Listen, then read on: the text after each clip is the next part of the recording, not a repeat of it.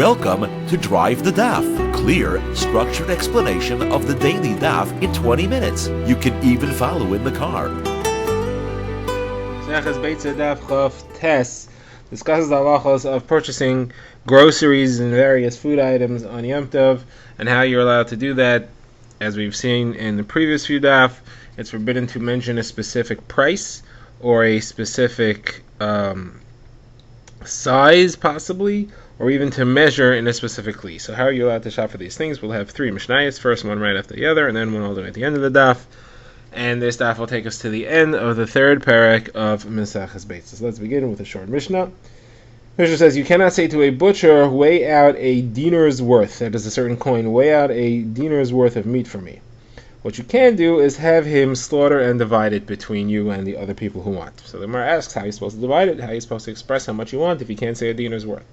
So the Gemara says that there was a standard size that the butchers used to cut a cow or an animal into equal size chunks in that size. So you could say, I want one of those sizes, or I want a half, or a third, or a quarter of that standard size. Now, what was that size called? So it had different names in different places. In Surah, it was called a tarta.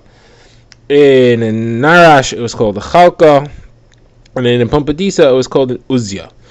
In Masmachasya, it was called a riva. So you could say, I want half a riva, a quarter of a riva, a third of a riva, and that's how you can express it. Okay, that's all the Gemara has to say about that. Now the Gemara gets to the next Mishnah, which discusses buying other things, which you may want to measure out in a measuring cup, or a cup that had a specific, that the entire cup itself was a known measure. So how could you do this? So the Gemara quotes a Mishnah, and it's not clear what the machlokes that the Mishnah brings is about. The Gemara explains it at length. The Mishnah says that a person is allowed to say, fill up this kli. This kli is allowed to say, but he's not allowed to say, fill up a measure. He's not allowed to say, fill me up a certain measure. Now, Rabbi Yehuda says that if the kli is a measure, you're not allowed to say, fill that up either. So that means everybody holds you're not allowed to fill up a measure. Machlok is whether or not you're allowed to fill up a kli. So what's this machlok is about? So we'll see the explanation in the Gemara. We'll just see what it says now, and then we'll get back to the rest of the Mishnah. The Gemara brings two versions as to what this machlokas is. According to Rav Yehuda or Shmuel, everybody in the Mishnah is agreeing that you are not allowed to fill a measuring cup. You cannot take a measuring cup or a cup with a known measure and fill it up, or say, give me a measure of that, or use a measuring cup. But the machlokas is about if you have a measuring cup that was never used. It's a measuring cup, but it's only there as a backup. It's not the one you used. It's never been used. Now, the question again centers around of the dechol. If it's a measuring cup that you've used already, so then if you go use it again, so that's doing the same thing you do during the week, and that would be of the dechol. If you have a new measuring cup, so according to the Tanna Kama, you're allowed to do that because it's not of the dechol yet. You never used it. It's not been set aside as a measuring cup yet. Right now, it's just a cup. According to Yehuda, because this is a cup that you're going to use for measuring, when your current measuring cup breaks, again, it's not marked. There's no lines on the cup that shows you how much is a certain measuring amount. It's just a cupful that you use. It's a cup that you use for a cupful because it has a certain amount in it. So according to Rabbi Yehuda, it's forbidden because this is going to be a measuring cup at some point, and therefore it is asur. The other version of the machlokes is Rava. Rava says that what everybody agrees is asur is to say, give me a measure. You can't say, give me a liter full. Give me a liter of grain. Give me a gallon. You can't say the measure. What you can do is say, give me a cupful, even though the cupful is exactly a liter or whatever it is. That is what you're allowed to do according to the Chacham. According to Yehuda, you're not allowed to do that either. So now the Gemara has a question over here because of Yehuda apparently it seems to be more machmir than the Chachamim. But on our last daf we saw the opposite. We saw as far as weighing things out, you want to weigh a piece of meat. So Yehuda said you're allowed to weigh it on the balance scale against the kli where you have where you know the weight of the kli, and the Chacham said you're not allowed to use a scale at all. So therefore, over there, the Chacham are more lenient. So how do you understand? Here, in our Mishnah, the Chacham are more lenient than they say you're allowed to use a measuring cup. You just can't do the specific activities mentioned. And in the case of weighing, the Rabbanan are stricter. So the Gemara answers that it's not, meaning there are two kashas. Why are the Rabbanan stricter or lenient in different cases, and why is Rabbi Yehuda stricter or lenient in different cases? So the Gemara says the kasha of Rabbi Yehuda against Rav Yehuda is not a kasha, because in our case here, this is going to be a measuring cup, and therefore he says it's over the dechol. That case over there, you're using a kli that's not a weight. It's not something you're ever going to use as a weight. It's not something you would ever do during the week, and therefore it's not over the dechol. According to the Chachamim, it's not a kasha, because the opposite. Over there, you're using a type of function which you would do during the week. You would measure sometimes things against a kli, even though it's not the normal way to weigh things out. Is something which does happen. But here, measuring it out in this way is something that's never happened before, so therefore it's not of the dechal. So again, he views this as of the dechal, and he views it as not of the dechal.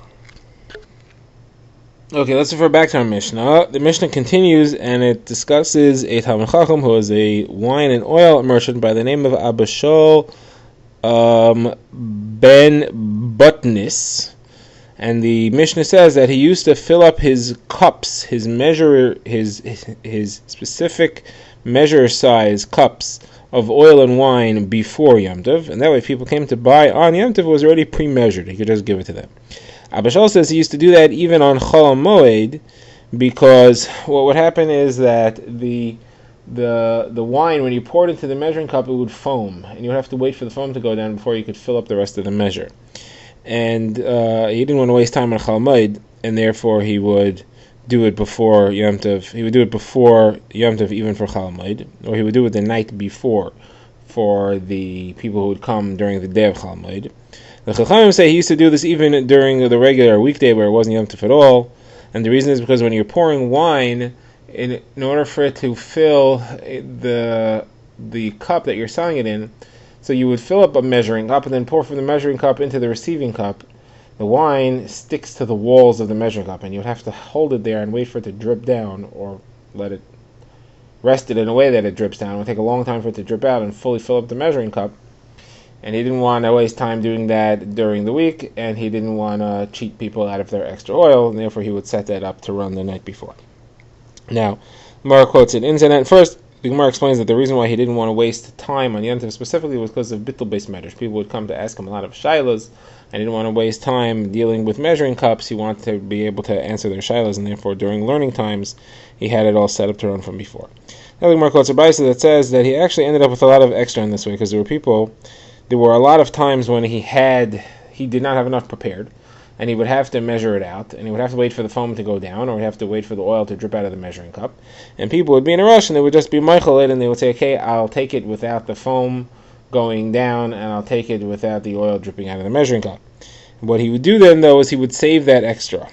So he would save the extra from the wine, and he had a friend who would save the extra from the oil. Perhaps they both saved wine and oil.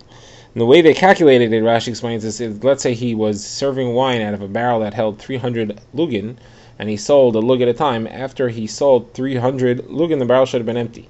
But it wasn't empty, because there was some that was left behind because he didn't fill up the measure all the way, because he was waiting for the foam to go down when people took it and left.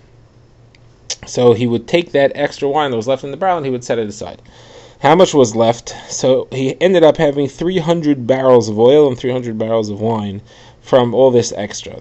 And he didn't want to keep it because he felt it wasn't his money, and therefore he brought it to the Gizbarim, he brought it to the overseers of Hekdesh in Yerushalayim in the Beis HaMikdash. He wanted to give it to them. So they said, you don't have to give this. The people took their things early. They were meichel. They forgave the last bit that you owed them.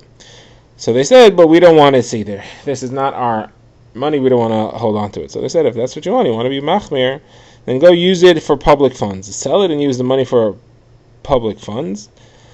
Because we know that the halacha is if you steal from somebody, you don't know who you stole from, and you need to return it. So you use it for public funds, and the person who deserves to get the money back will benefit from it. So the same thing applies here.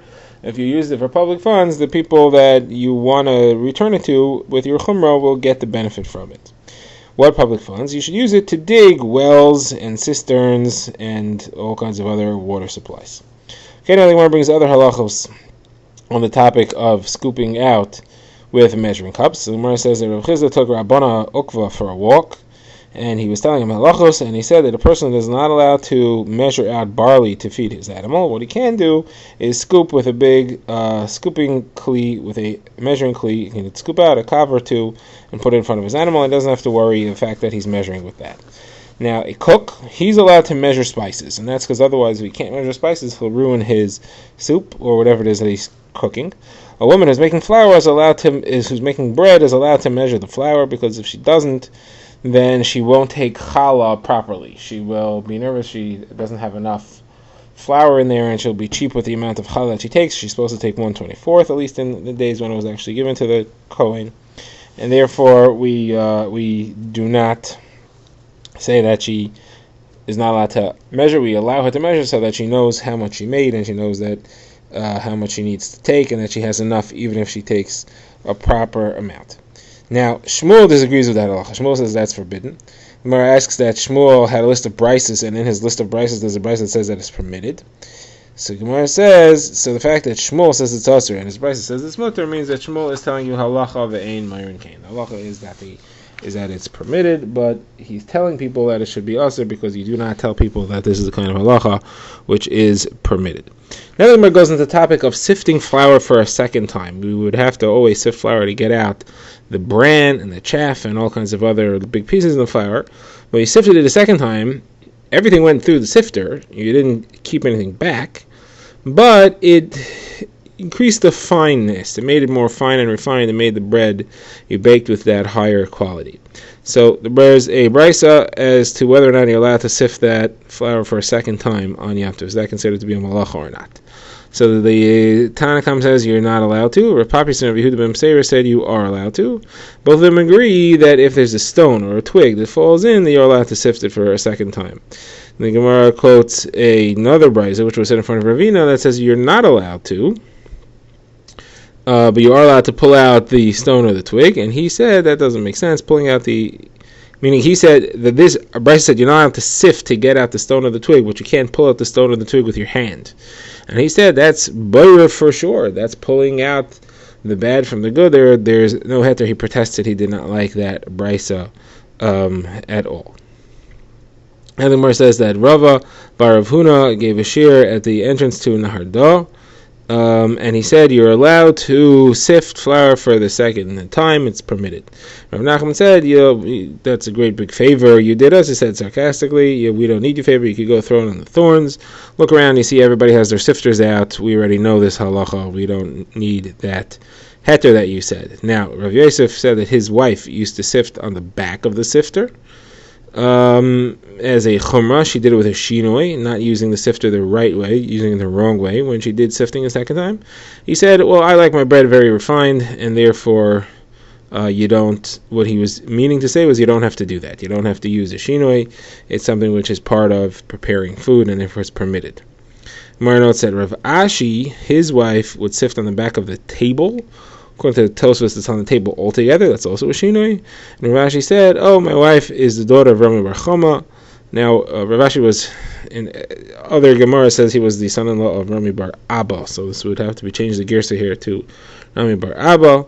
And you see that if this is what my wife is doing, she obviously saw this at home, and this is a halacha that she learned at home. Okay, now we get to our next and final Mishnah, the Parak. And this Mishnah talks about how you can count out items. And the Gemara will list other items, whether you can or cannot count them out, and how you properly should distribute them. So the Mishnah says somebody's allowed to go to a storekeeper who he trusts, and he trusts him because he's not giving him the money. It's Yom Tov. He's going to have to take the supplies on credit. He's allowed to say, give me X number of eggs or walnuts, and you're allowed to count out these items, and that's not considered to be over the dechol. Because people at home also count things out, and therefore that's not a forbidden purchasing kind of activity. Okay, the Gemara begins with a brisa, where somebody's allowed to go to a sheep and say, give me X number of lambs, or kids, sheep, or goats. He's allowed to go to a slaughterer and say, give me a piece of shoulder, give me a piece of thigh. That's also not a problem. He's allowed to go to somebody who fattens and raises fowl for slaughter. Poultry, he's allowed to say, give me a pigeon or a dove.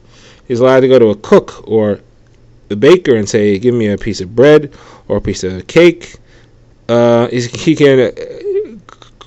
He's also allowed to go to a storekeeper and say, give me 20 eggs, or 50 nuts, or 10 farsakin, 10 peaches, 5 pomegranates, or 1 esrog. You're allowed to do all these things. The only thing you can't do is list a measure. So you can list a number, but not a measure. Shimon ben Elazar says you can't give a price. If you give an amount, that's what would be aser. Drive the Daf is a project of the Grand Woodlands Shul and is presented by Rabbi Yitzchak Landa. Find us on YouTube or subscribe to daily emails by emailing drivethedaf@gmail.com.